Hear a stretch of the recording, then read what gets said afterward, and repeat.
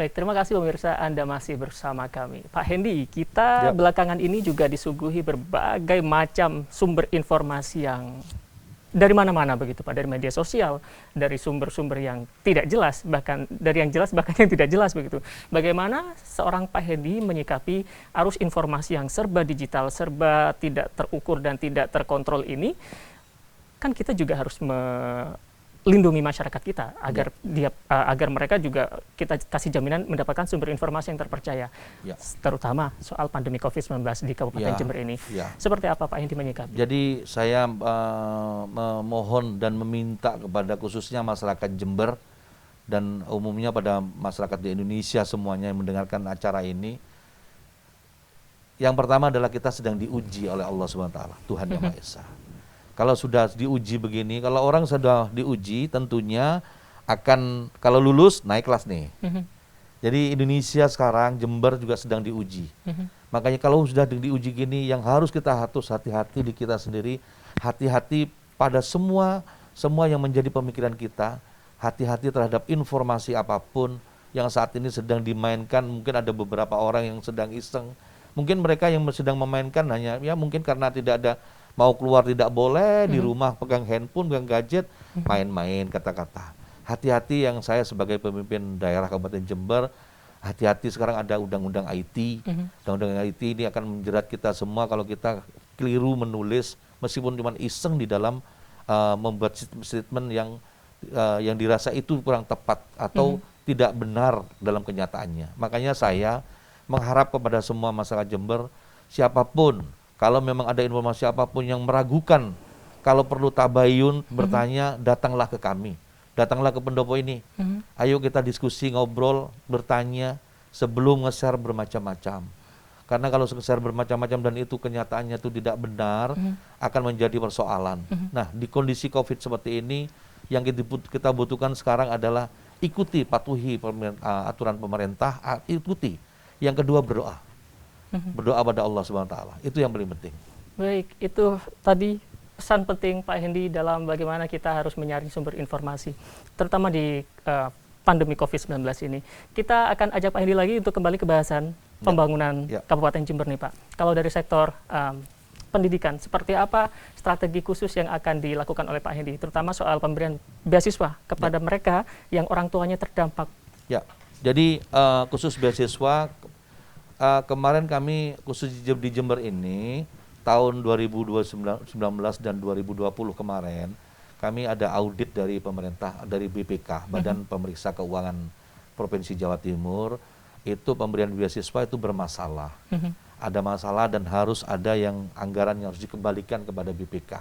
Itu aturan. Kenapa? Ternyata ada yang diberi itu kurang tepat sasaran. Kurang tepat sasaran dalam artian data nama tidak jelas, bermacam-macam gitulah. Dan jadi akhirnya BPK mengeluarkan temuan audit seperti itu. Begitu kami masuk jadi Bupati Jember, diberikan amanah masyarakat Jember, kami dapat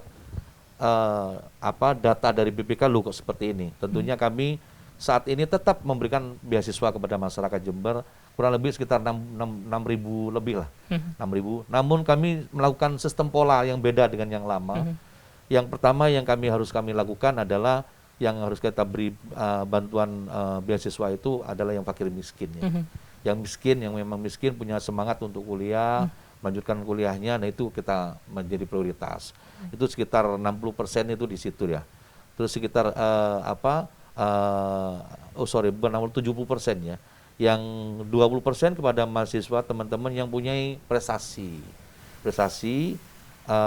yang memang mereka itu silakan prestasi langsung kita beri, prestasi yang bagus ya, itu langsung kita beri beasiswa. Yang terakhir ini kita bebaskan siapapun boleh untuk mengikuti dulu ya, kita uji dulu yang bagus gitu, kita beri beasiswa. Ini yang kami terapkan seperti zaman dulu, Mas Solin. Zaman saya dulu untuk mendapatkan beasiswa itu saya orang punya ya Pak. Saya punya rezeki, saya bisa membayar sekolah. Tapi kalau zaman dulu kan ingin dapat beasiswa ini kan seneng dapat duit itu. Kami ikut ujian dulu Pak, pinter-pinteran gitu. Jadi pinter-pinteran yang bagus nilainya dapat kita. Nah itu kita harus kasih ruang itu. Pola-pola tertentu akan dibenahi oleh pemerintah Kabupaten Jember sehingga pemberian beasiswa ini juga akan tepat sasaran kepada mereka yang berhak dan Betul. mereka yang benar-benar fakir miskin. Begitu ya Pak? Ya, dan ke depan kami akan naikkan lagi bukan 6.000 ya, karena memang saat ini anggaran infrastruktur yang kita dahulukan memang banyak jalan rusak Pak ya.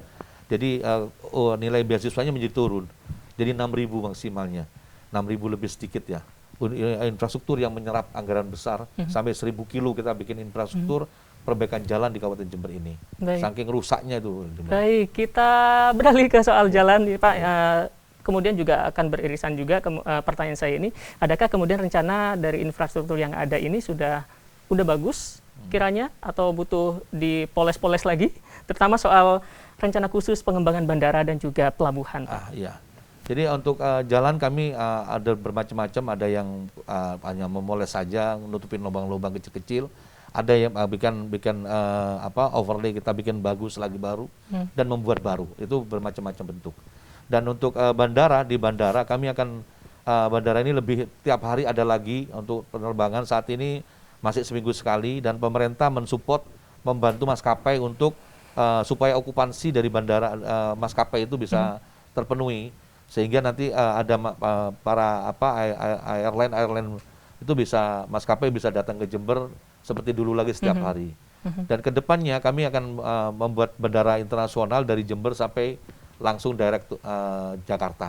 Karena itu sasaran nanti.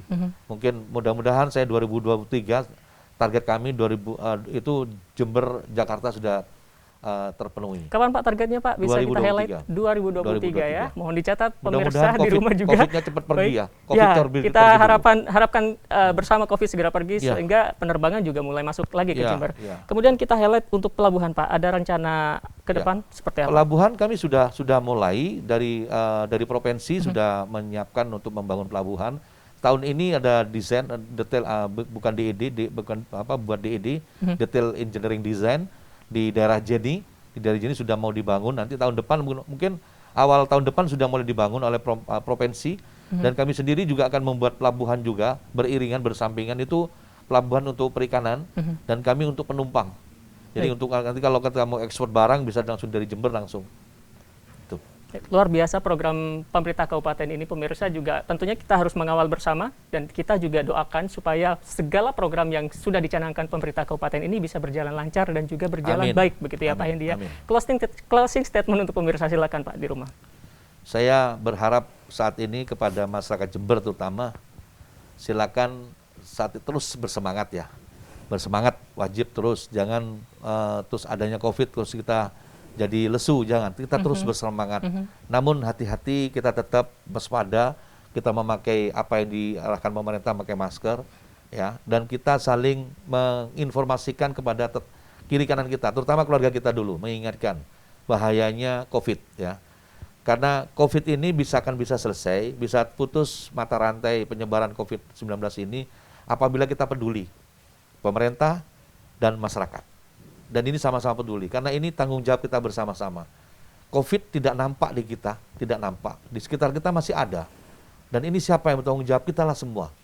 Dan untuk itu, COVID tidak perlu terlalu takut, tapi tetap kita hati-hati. Terlalu takut tidak bagus.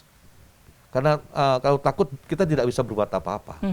Yang kedua, ekonomi tetaplah berusaha, tetaplah berniaga kita, berniaga untuk mencari rezekinya Allah.